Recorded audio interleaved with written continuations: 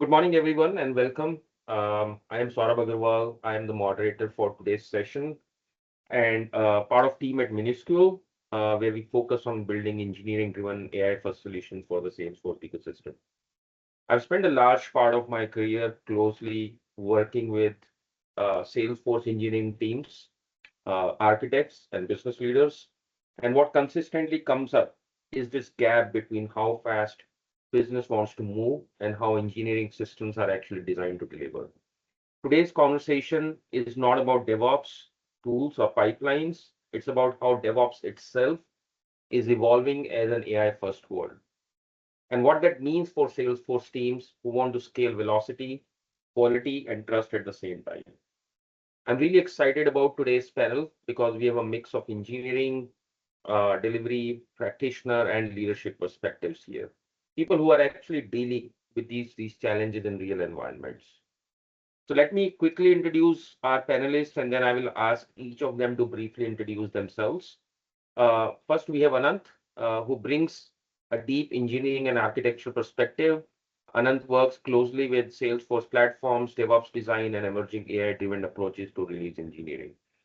Ananth, I'll start with you. Could you take a minute to introduce yourself, your background, and what you're going to focus on today? Thanks, Saurabh. So thanks for having me in this panel. I'm Anantharaman. I've been with Minuscule as a Salesforce practice head for the past 10 years. Prior to it, I was a Java lead and then architect in open source technology. And I don't know, so that I think so that inherited all these DevOps practices, the CICD and all this open source tech stack inheritance that I brought into Salesforce. So quite excited about talking about the autonomous DevOps because we all know, so we are all excited to welcome AI era and how this autonomous DevOps alongside with AI is going to reshape this entire DevOps strategy for Salesforce. So that's what we are about to discuss. I'm so excited about this. Thank you. All right, welcome, Ananth. Thanks. Let me introduce Arun quickly. So we have Arun, who represents customer and leadership perspective. Arun works at the intersection of business expectations and delivering those, bringing valuable insight into how this maturity impacts stakeholders and outcomes. Arun, could you briefly introduce yourself, your role, and what you look for from Salesforce engineering and delivery teams today? Yeah, for sure. First of all, thank you everyone for including me in this webinar, making a part of this panel as well. Excited to be part of having this conversation on autonomous DevOps, which is very key for my organization. So my name is Arun Dayalu. I've been in the IT world for a little over 24 years now. Manage an IT organization here at Nissan, or automotive company, primarily focused on captive finance, but I've led the vehicle side of the organization as well prior to this. And we started as part of our cloud. When we moved to cloud, we are built on AWS, by the way. That's when we really started thinking about DevOps. We didn't have a DevOps or a release engineering team until then. As we moved more into Salesforce, partnered more products from Salesforce, and also moved to our cloud migration strategy, that's when we really thought about DevOps. And 2 years back is when we really put in a team, built the processes, the governance model, and the awareness itself, right? Because DevOps is one thing, just to say DevOps, but the culture side, making sure the change management and making sure everybody understands their rules and how to operate it was really key. So that's when we started. But obviously, like any other company, we have had some challenges managing the DevOps as well. So I think with AI coming in, it's probably the right opportunity for us to take a look at to see what does autonomous DevOps do for us. How can we resolve some of the challenges that we have today with operations? And more importantly, how can we automate more than what we have already? And where can we get efficiencies? How can we make it more streamlined? How can we make sure there's business value at the end of the day in automating a lot of these, right? And then how can we reduce a lot of how can we make it more self-serving, I would say, right? Because right now we have a release engineering team that, day in and day out, kind of manage the pipeline, and the pipeline keeps growing. I cannot keep growing the team as the pipeline is growing. So how can we leverage, AI into that, making it more efficient? So really looking forward to the conversation we have today, and apologies coming late here. I had a senior leader meeting here with the business, which got extended.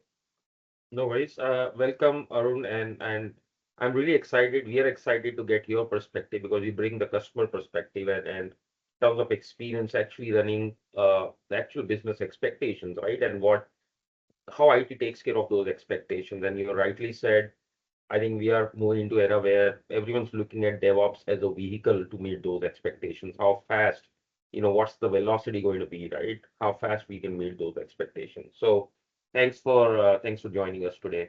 So next up is Vara, who brings a strong practitioner's lens.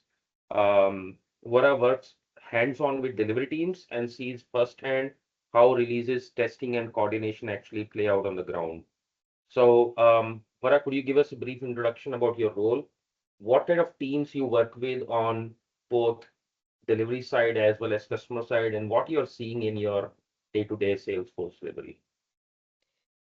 Thank you, Sharu. Hello, everyone, and thank you for joining today.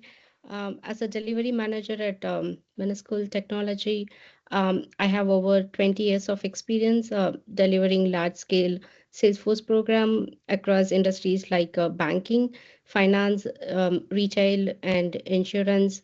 In my current role, I lead multiple enterprise Salesforce initiatives, and right now started focusing heavily on modernizing the delivery. As a delivery manager and as a release manager, I feel there is an importance to modernize the delivery using the AI assistant engineering and release automation. um, yeah, thank you for giving me this opportunity. Looking forward to the discussion. Awesome, thank you. And I would say like I'm really excited. This is the kind of panel I was hoping for to get very different perspectives and tie them together on what it means, right, for a new age autonomous DevOps for Salesforce. So let me just kick off by saying that today's conversation, it's not about tools and pipelines like technical, it's more about, many Salesforce teams that are experiencing right now, whether they call it out or not, right? Over the last few years, we have invested heavily in CI/CD, automation, and release processes, right? And yet the release velocity hasn't meaningfully improved for a lot of teams. Quality issues still surface late. Business expectations keep rising. And engineering and delivery teams often feel like they're constantly catching up. At the same time, we are entering an AI first era. Agentforce, intelligent automation, and autonomous systems are changing how we build and operate software. But AI doesn't magically fix broken engineering foundations. In fact, it exposes them. What we are seeing is a shift from DevOps as a set of tools to DevOps as a living system or living signal, a system that can observe itself, adapt, and increasingly heal without human intervention. That's what we are here to explore today. We'll talk about why CI/CD alone is not enough anymore, what self-healing pipelines really mean in practice, and how AI and Agentforce are reshaping Salesforce engineering. Most importantly, we'll hear directly from our practitioners and leaders about the real challenges that they face and what needs to change. This isn't a vision of some distant future. It's conversation about what's already starting to happen and how teams can prepare for it. So let's get started. So Anand, let's start by setting the foundation, right? My first question is for you. Why do you think why is autonomous DevOps becoming foundational for AI initiatives, especially in the Salesforce ecosystem? As AI enters the picture through Agentforce or agentic solutions, how does that increase pressure on release velocity? And why does DevOps move from being an enabler to kind of becoming a mandatory requirement or a mandatory prerequisite? Yeah, that's a good question. So the foundation that we are about to talk is like, so we just need to go like very high level, 40,000 feet. and see if the organization has adapted to the ALM, so which is application lifecycle management, right? So if the organization ALM is weak, and then if you bring the autonomous DevOps or Agentforce, it's going to be a colossal failure. The reason being, let's talk about Agentforce first before we move on to the foundation. Yep. So if we bring Agentforce into the mix, okay, and you have a DevOps and you have a weak ALM process in place, and what happens is, as you may already know, the Agentforce required frequent tuning. So if your ALM process or if your DevOps process is able to release three times in a week, then it's good. If not, again, you're going to struggle, right? And then what about the testing? Because you have to test the multiple times, the prompts and then everything. So your frequency much more increases. And then the testing is also increases and you have a bloated test cases, then again and again, right? So there is no risk-based priority or any prioritization of test cases, then that is also going to bloat your DevOps process and then pipeline time duration.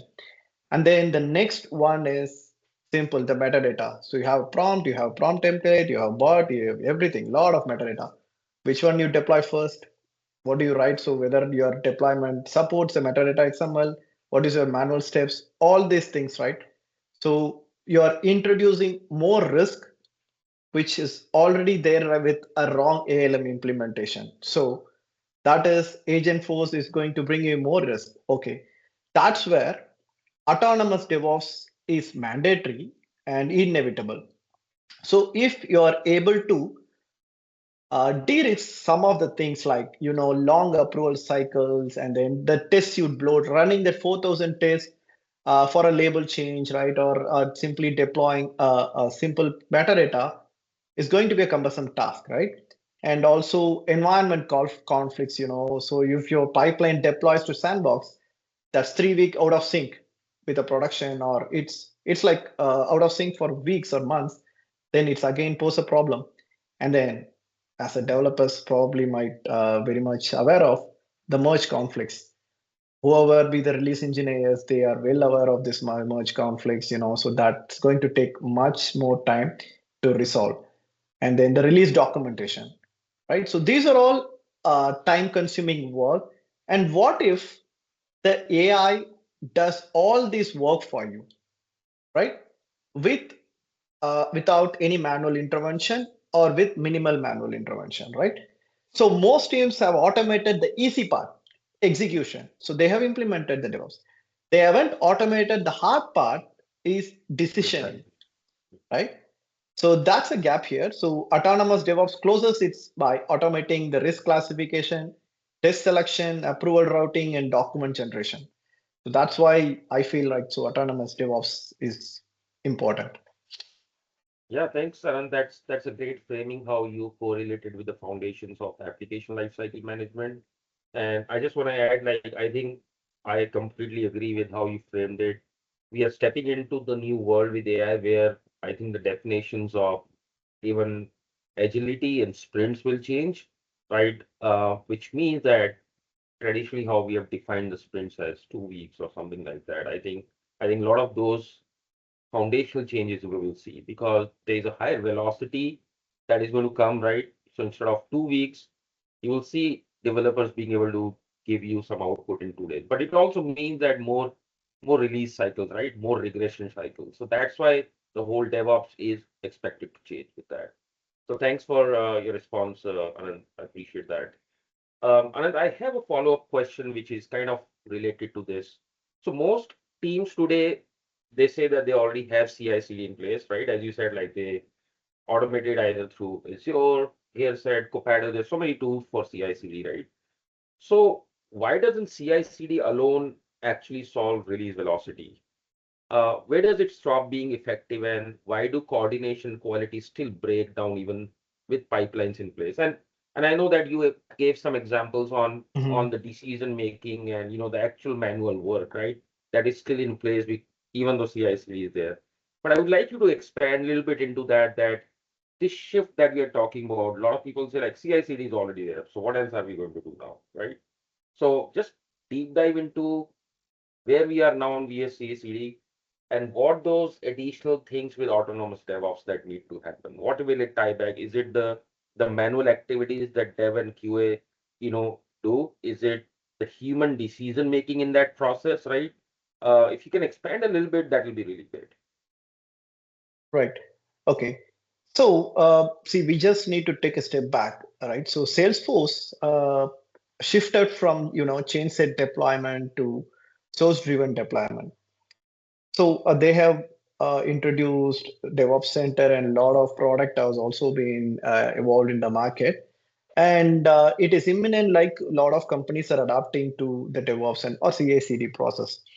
So the CI/CD is necessary for this source-driven development and all, but it's not sufficient.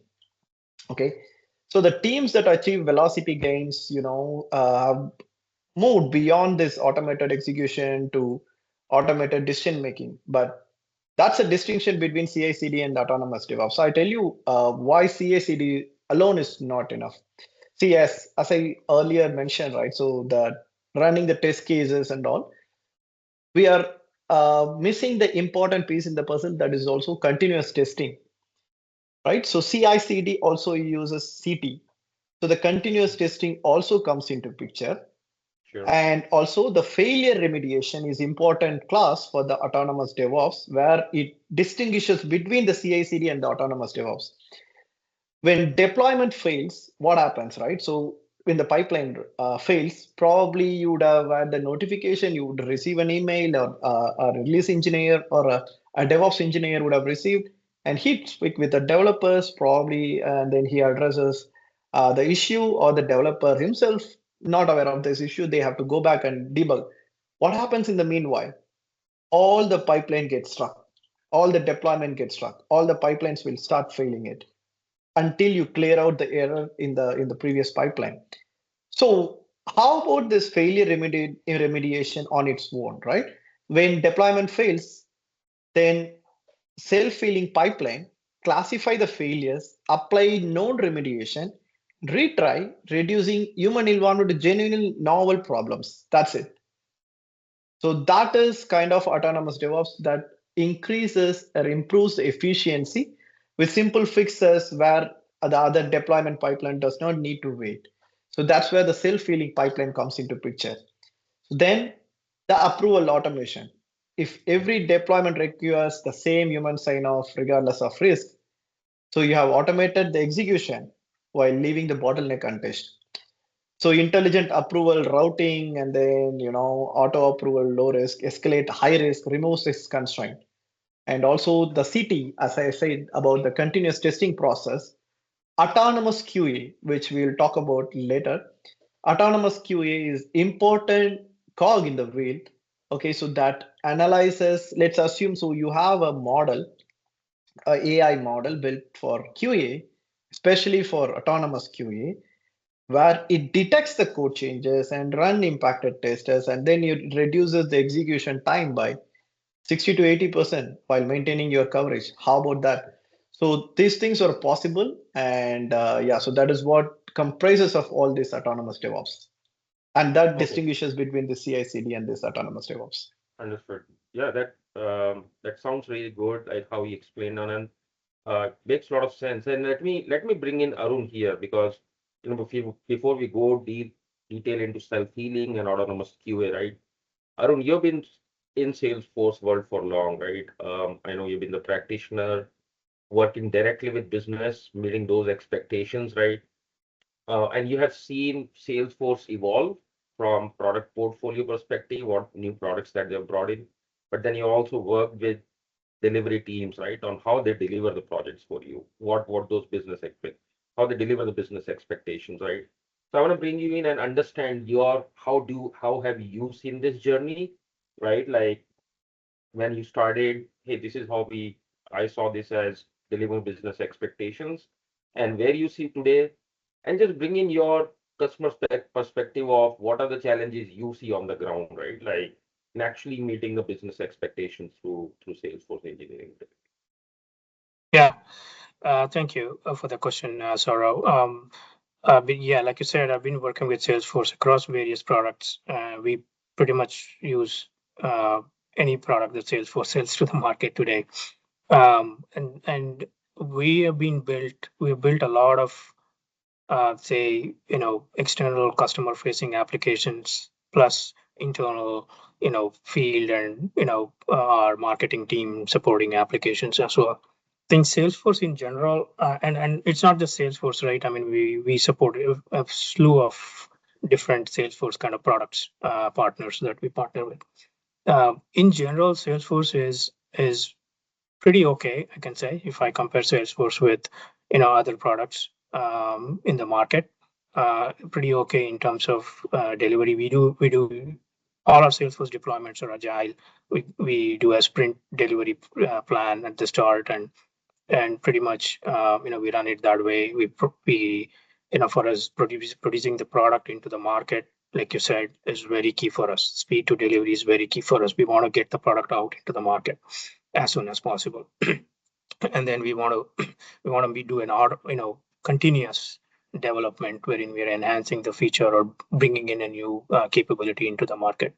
I think from a Salesforce perspective, we are okay, but obviously we have challenges in terms of I would say a couple of areas, right? One, when we brought in the DevOps process, it was it was not really clear on what is the goal, that why are we bringing it, what is the goal of adopting to a DevOps process, and how is it going to help the business at the end of the day.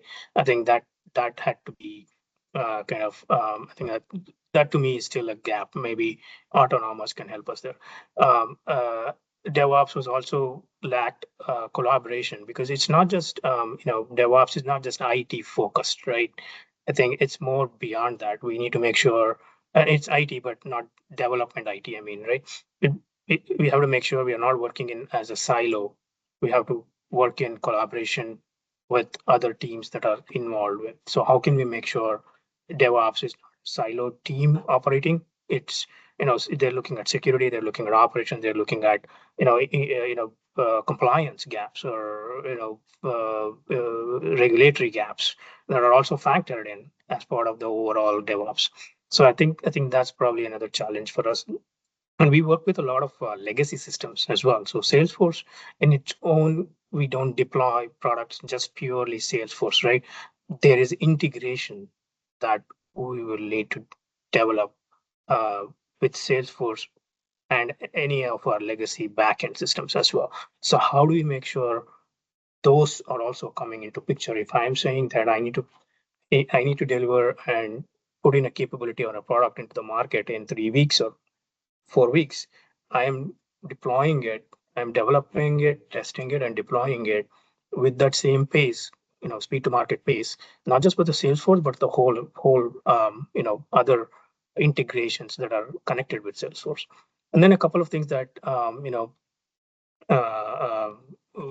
forgot the name of the person who's talking right now, but Ananth, right? So a couple of things that we always have challenges is environment inconsistencies. How do we make sure our dev test mimic our productions? How do we make sure deployment failures are addressed so that we can still meet our delivery schedules? How do we make sure our data is test data that we would use is more realistic and production like versus dummy data that we can test it works in testing, but then when we deploy it there's failures, right? How do we make sure the data is secure? Like how do we ensure there's security built into that testing cycle? So those are some other challenges that we have had. And then DevOps in itself is, I think that when we talk about tools, right? There's so many tools that are available in the market, right? How do we make sure that we are honed in on a set of tools, or maybe one or two tools that helps with our diverse integrations, plus it delivers to the goals that we set forward with.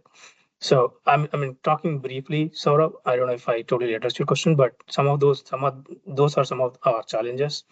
Not specifically Salesforce, but some of those are also Salesforce. But in general, DevOps is we see those key challenges And I feel like autonomous could be an area where we can start experimenting, and Salesforce probably is a better partner to start experimenting that anyways, given the fact that they're better than other partners that we partner with, and see how we can really take the advantage of AI to optimize, to automate, to make it more streamlined, help reduce a lot of these deployment failures, help build test cases, that are easier and faster, and I don't need to spin off a team to do that for me. And I think those are all the benefits that AI brings. We'll have to see how much we can leverage and roll across the board, but maybe we can start small, crawl, walk, and run kind of thing. Start small, use Salesforce, which is kind of already a little bit mature, and test with Salesforce how autonomous works. And then maybe we can then look at expanding Salesforce or expanding to other partners as well, other products as well. Great. Yeah, Arun, that I think I really hit the nail by bringing the real world, I think, scenario which is applicable for all customers, that really, like, you don't have just Salesforce in your ecosystem, right? Or in your architecture. It's like you have Salesforce and you probably have other tools, legacy, other partners. So it's seldom just we cannot look at Salesforce in silos, right? From DevOps or autonomous DevOps perspective. It's then release engineering, you have integrations, you have cross teams, right? And that's kind of is where I was going to also further evolve this discussion and maybe bring in Vara. So Vara, I know the context is that, yes, we have customers looking at DevOps, they want to make move to autonomous DevOps, but it is a complex environment, right? It is environment where most of the enterprise customers, even mid-market, they have complexity in terms of several systems orchestrated with each other, right? They are like integrated with each other. So let me ask you a question, right?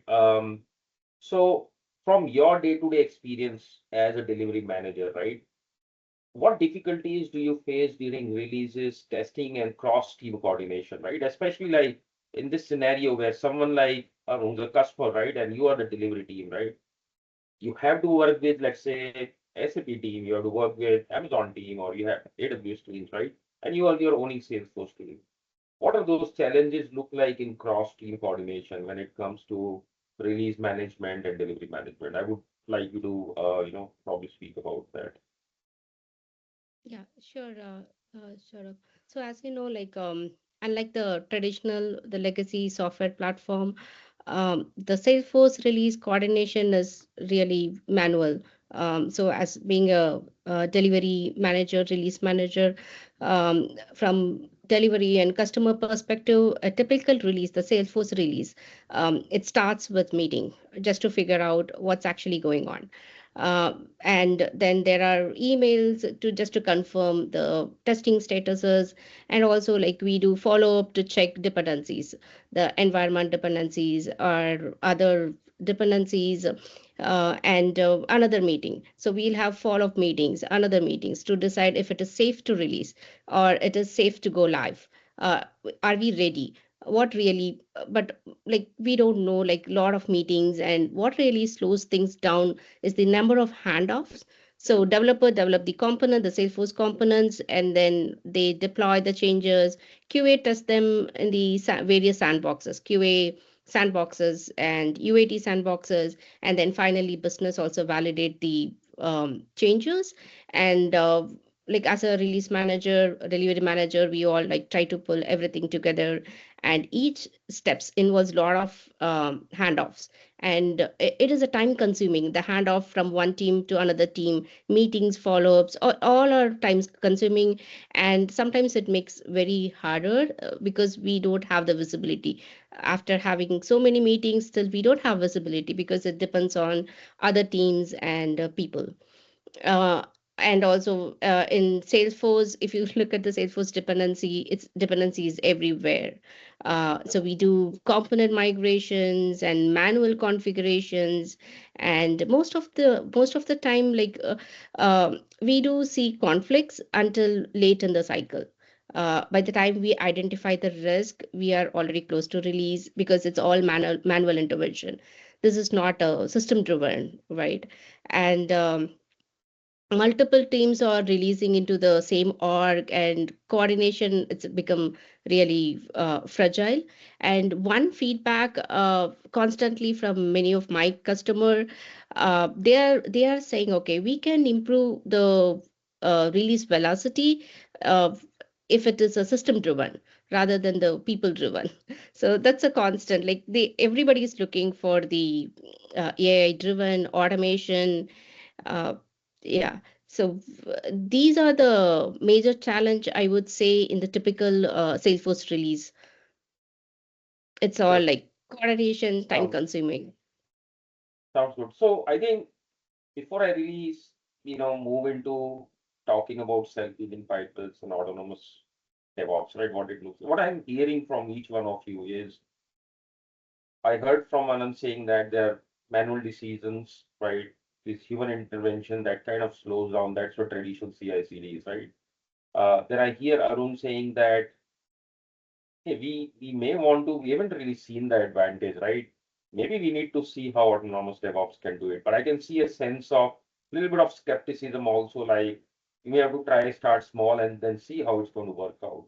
And then I see we're actually talking about someone who's running delivery team, like I do too many meetings, right? I have so much dependency, right?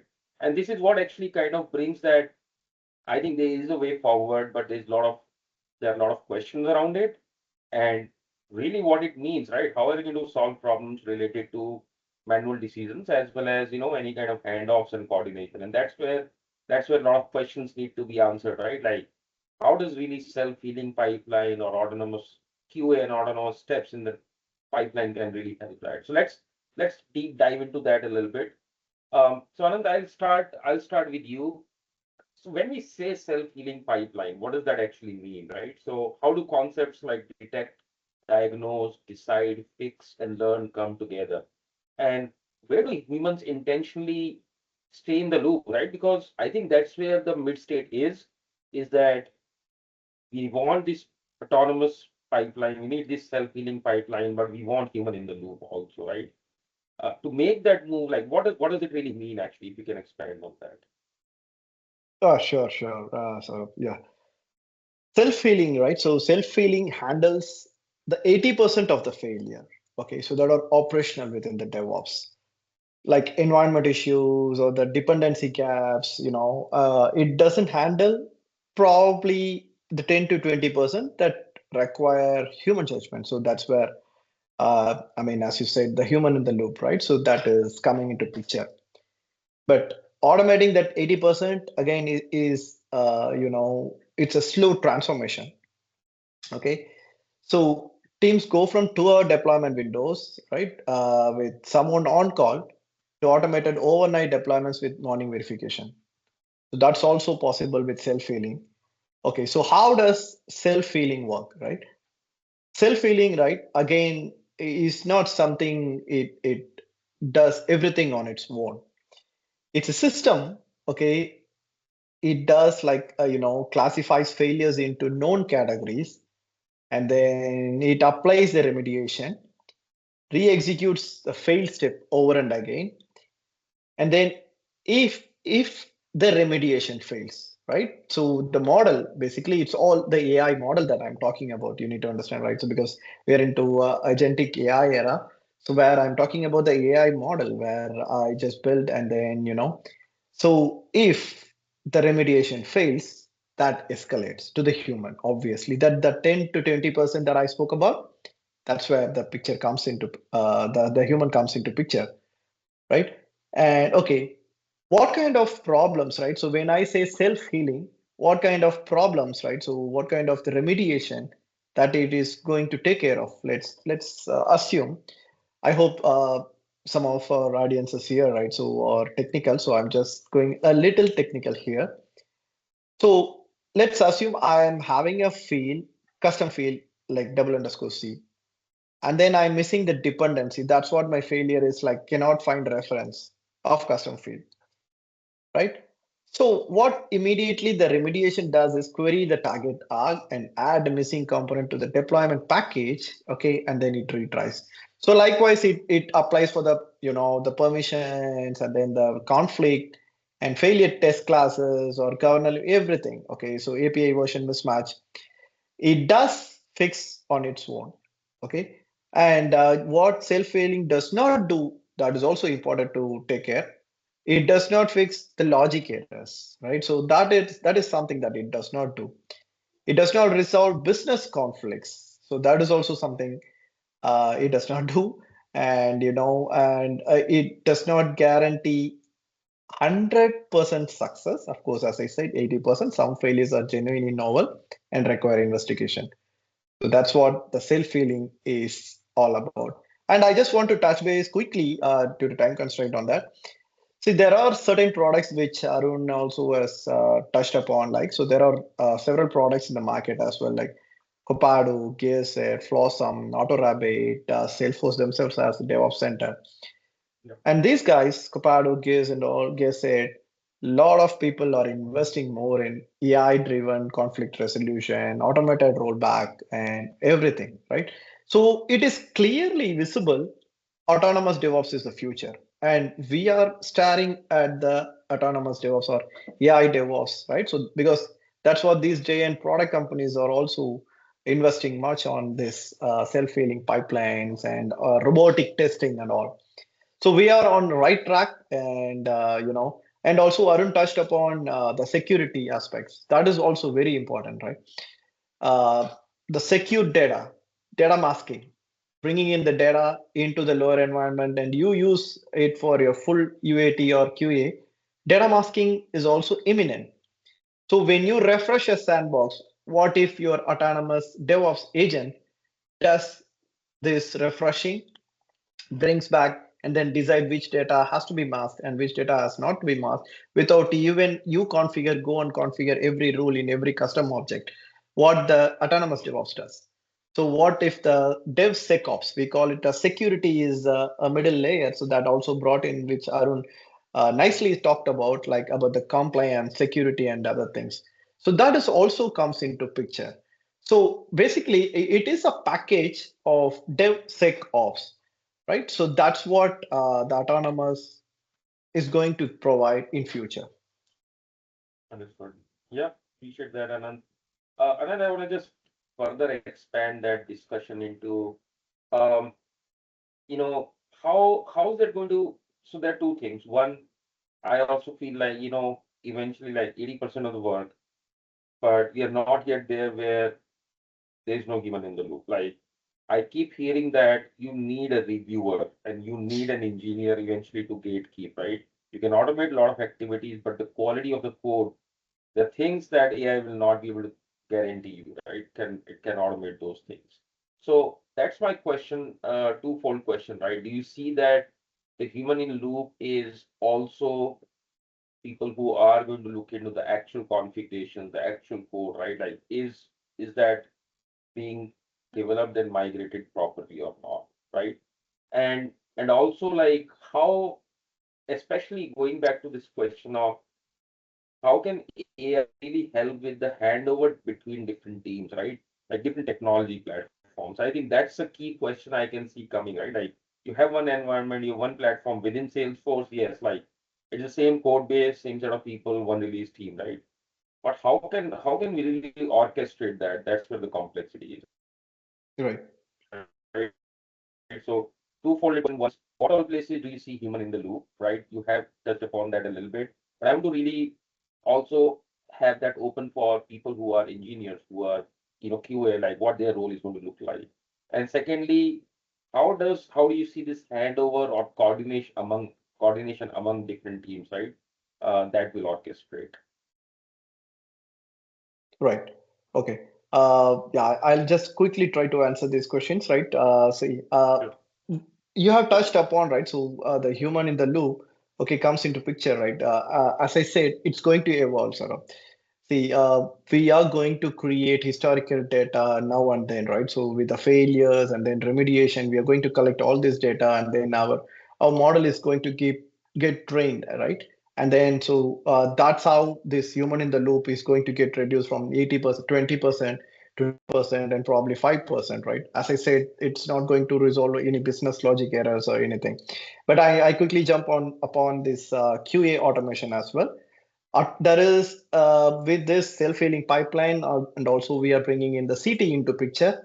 We have autonomous QA as well, wherein writing test scripts takes time, test coverage lags behind the feature development, and then maintenance burden, test selection inefficiency. All these things comes into picture, right? So that's where this autonomous QA comes into picture, and then the LLM generates the test scenarios, self-healing, addressing the DOM elements where it automates the complete test cases, where it is coming from a natural language processing into a complete, the tool-driven test cases, whether it is going to be Selenium or Playwright or anything. And then it is also provide us the risk-based test selection and everything, right? So visual AI testing, everything. So this autonomous QA alongside with the self-healing pipeline is going to reduce your time tremendously, where we spoke about the QA handoff or the other team handoff, right? It's predominantly going to be taken care by agent. And that's what we are able to see. And the human in the loop is going to be the reviewer, and then it's going to bring down like 20% of involvement or 10%. Probably in QA it's a little bit more, 30% or 40%, but still, right? So when this evolves, that also get reduced. Okay, awesome. Yeah, so thanks for that answer. So I think what I hear from you is that the human in the loop is still going to be there, even though we fast track during the every cycle, entire cycle, whether it's the code review, whether it's the QA, whether it's the handoffs, right? You will still need that coordination, right? So overall velocity will increase, but we still need human in the loop. That's what I hear. So Arun, I'll come back to you, right? Like, being on the customer side, again, you mentioned that you want to take more calculated approach, right? Like maybe start small, right? Um, can you like talk to me a little bit what that looks like, right? What would be your top 2 or 3?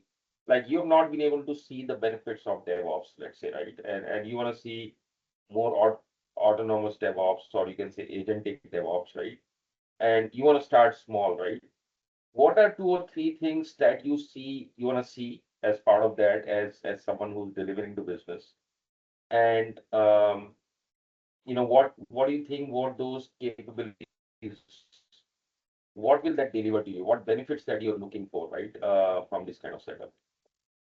Yeah, that's a really good question, right? I think as I said, before we even jump into the autonomous DevOps, I'm sure it has all the benefits that Anand just talked about. I have no doubt it can deliver to it. Me as as a customer, I think we should first take a step back to your question, sort of really looking at, okay, what are my goals? What am I going to get out of moving to an autonomous DevOps? Couple of things comes to my mind, and some of it we've already talked about it here as well. But for me, one is how can I increase efficiency and speed? Meaning, when we launched DevOps, and as I said, we had a release engineering team, we had a pipeline, there was a team that was working on getting the intake and then doing all the delivery, right? It was working. I'm not saying it's not working, but it was the same repetitive task the team was doing. It's the mundane task. They build a YAML code, they deploy it, they deliver it. It's the same tasks. Maybe the request may be slightly different, but a lot of that is repetitive, and a lot of that is human. A lot of that is mundane. How can I think, leverage my team, like you said, engineering team or engineers to focus on strategic, high value, business value work, and how can I take away some of that repetitive, mundane work that they are involved in? Obviously, a lot of that also leads to human errors, which we can avoid with autonomous, right? I think that's, to me, one.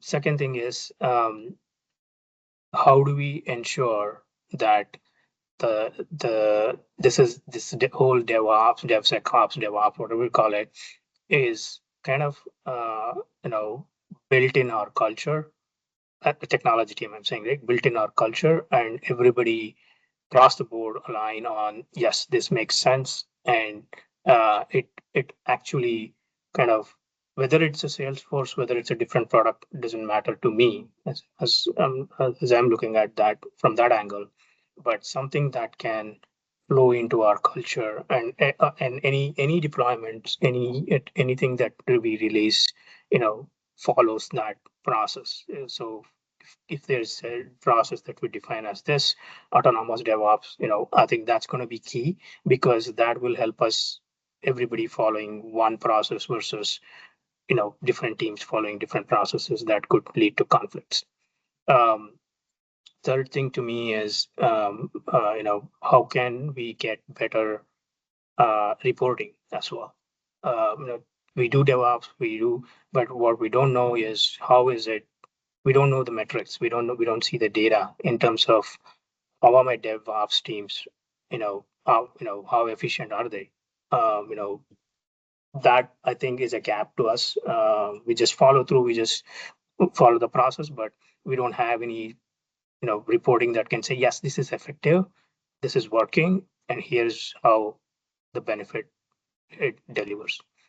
And then lastly, but not the least, I'm sure everybody's mind is on, is on cost reduction, right? I mean, today, AI, that's the elephant in the room. Why do I want to invest in AI? I want to reduce cost. I want to optimize my resources, right? So I think operational cost savings, and how can I, again, when I say cost saving, not necessarily meaning that we need to take away people, but how can I reduce cost in the resource usage for things that I can spend that money in something that is more strategic, something more that is more value to the business, right?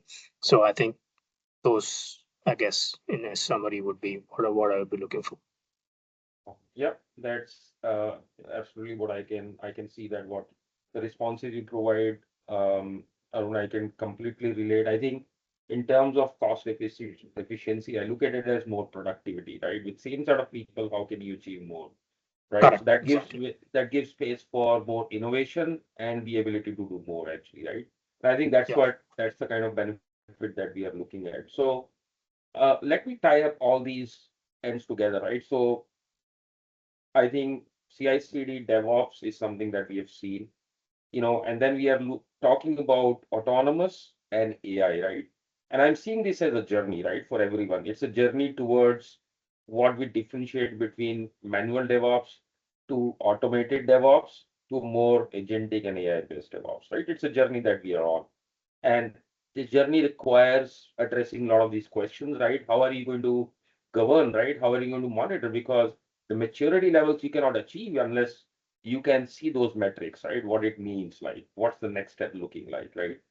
So I think maturity is something that, like this DevOps maturity or moving towards AI DevOps maturity is important, right? And be able to monitor that, right? So that it can report like what kind of issues it's solving, what's the velocity that we are getting, right?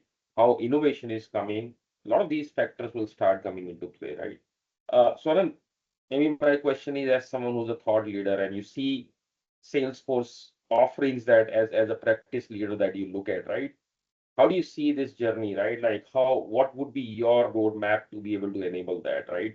And I'm going to give you a hypothetical scenario going off the script. Like you have certain tools that you're building. There are already tools in the market, right?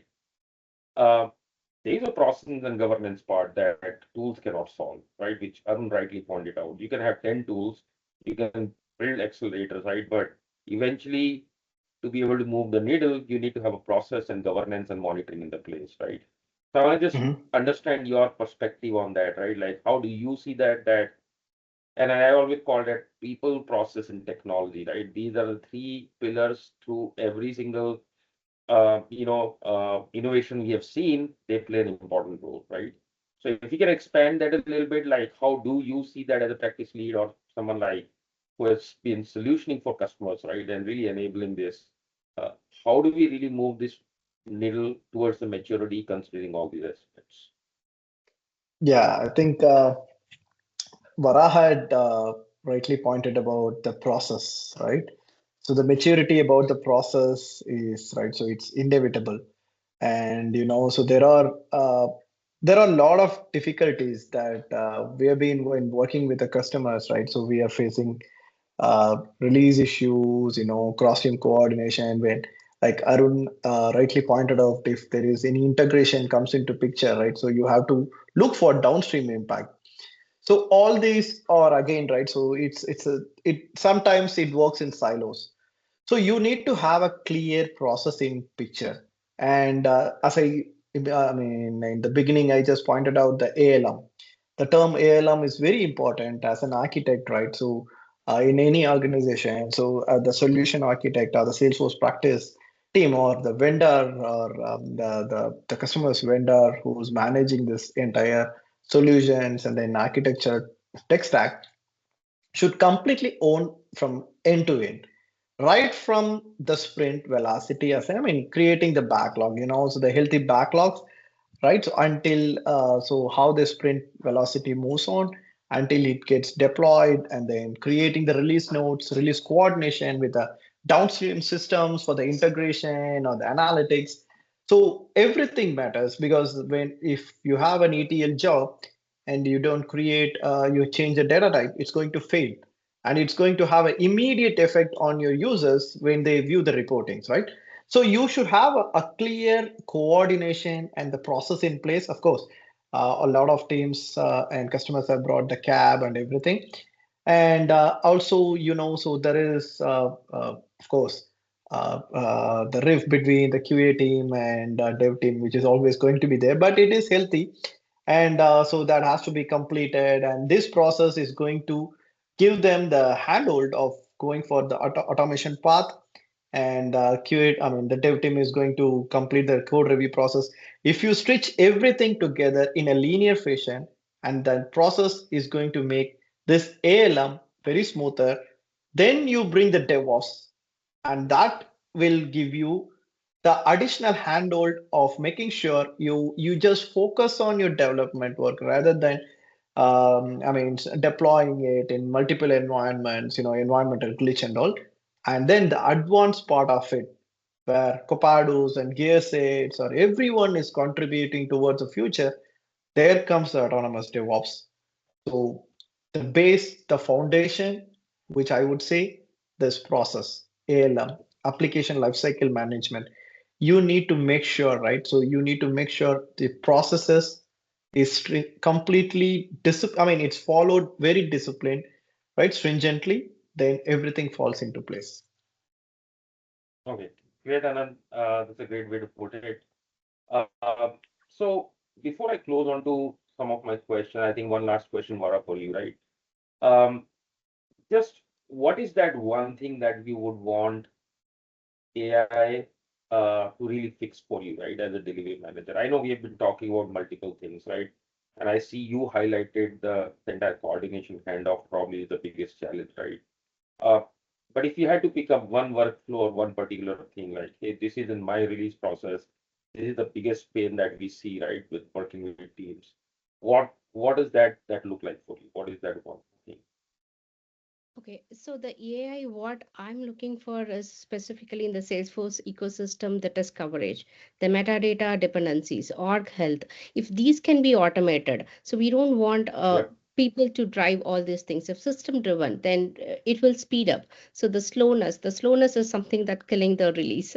So, and also that becomes expensive, as Arun mentioned, like I see my team working long hours, and then if the risk is identified at the last minute, then we have to go through the QA and everything. It becomes repetitive and it's expensive. So if I need to automate, so this is something I would like to automate. The test coverages, I don't have to do it. If there is a risk, if any issues is identified, yes, the team will go back and fix it and then come back. But the test should not. It's the same automated testing.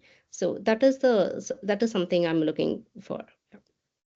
Okay, great. That sounds good. So, Arun, any closing thoughts, like you've heard from Anand as well as Vara, right, on some of these things, and you gave your own point of view, right? How do you see this maturity evolve, right?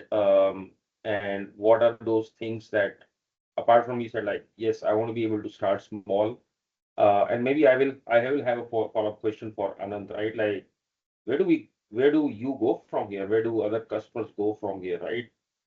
What would be your expectation on, hey, this is probably what will excite me, to start looking at it.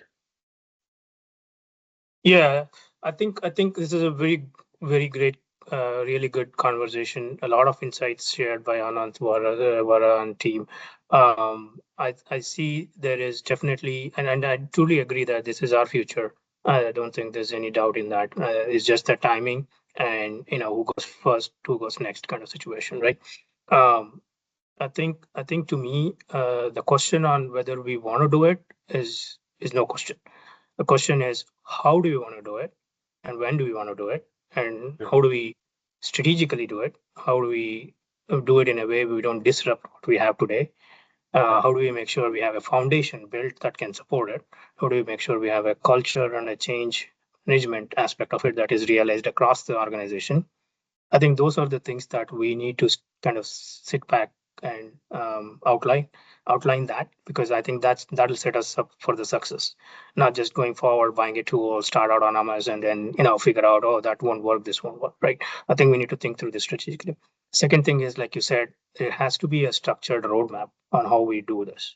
Maybe the initial phase zero is, let's try out. Let's crawl. Let's understand what this is all about. Let's understand where we can get efficiencies. Let's understand, how really this is going to bring value to the customer, right? I think we have to strategically structure a roadmap that we can. It's not going to happen in couple of weeks or 2 months or something like that. This is a journey, like you said, Saurabh, and we have to build the journey at the forefront of it so that we know, you know, in 2 years, 3 years from now, I know where I need to get and how I need to get, and I need to be there in 3 years, right? Um, I think that's going to be really important for us as well. But yeah, really good feedback. I'd love to hear from you guys on what you guys have been doing for other customers in this space. Are you trying to experiment? Are you trying to help build a roadmap? Trying to understand, a lot of these challenges, which are, I would say, mostly the challenge themes. I would say it's probably going to be consistent across any customer you take, right, in this space, right? So how you're strategically thinking about resolving those challenges. Really be interested to hearing from you guys.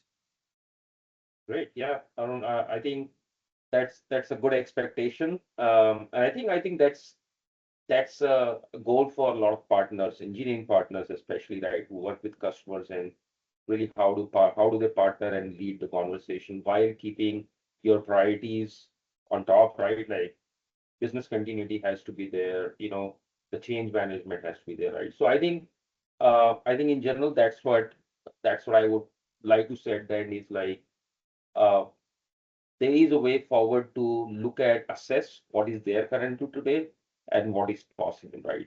So I think that assessment and exercise needs to happen. Obviously, there are more complex systems, complex organizations, lesser maturity, it will take some time. But I think a good point to really start looking at is, where are you moving as an organization, what your current culture is, right? What are different kind of teams? So understand the complexity level, assess that, right? What tools you have. So it's again, I come from consulting background, people, process, technology. Look at all these three things, right? These become your pillar for any kind of change that you're looking for. And I think that's what gives the roadmap, right? And I think at Miniscule, that's what we are intending to do is how can we really start looking at holistic assessment and view, right, of a customer, right? Look at their systems, look at their processes, look at their change culture, right? And the roadmap has to consider all that. And obviously, as we come from roadmap, the change has to start with crawl, walk, run, like start introducing something that doesn't disrupt, but also be able to monitor that and visualize that, right, for the leadership. So with that, I wanna wrap up everyone with a simple thought, right? So most Salesforce teams today, they don't have a tooling problem. We have talked about there are so many tools, right? It's more of a mindset. It's more of journey, right? How do we really approach this problem? I mean, traditionally, CI/CD helped us move faster than manual deployments ever could. But what we have heard today is that velocity, quality, reliability, it still breaks down when releases depend on too too many manual decisions, right? Or fragile testing, or like disconnected handoffs of signals, right? So the shift we discussed isn't about replacing engineers or removing human judgment. It's about moving humans out of repetitive, reactive work into higher value decision making. Self-healing pipelines, agent-driven quality, and telemetry-based releases aren't futuristic concepts anymore. They are emerging as a natural next step for teams that want to keep pace with AI-driven business expectations. The key takeaway is this: autonomous DevOps, they don't start with tools. It starts with the mindset. It starts with assessing where we stand and what that journey is going to look like. It starts with asking different questions. Where are humans acting as bottlenecks? Where can systems observe, decide, and learn on their own? And where do we need humans in the loop for governance, context, and trust? If you're a leader, the opportunity ahead is to rethink how you measure DevOps maturity. Not by how many pipelines you have, but by how resilient, adaptive, and predictable your engineering system really is. So I'm going to say thank you to our panelists for sharing real perspectives. Thanks for everyone who joined us today.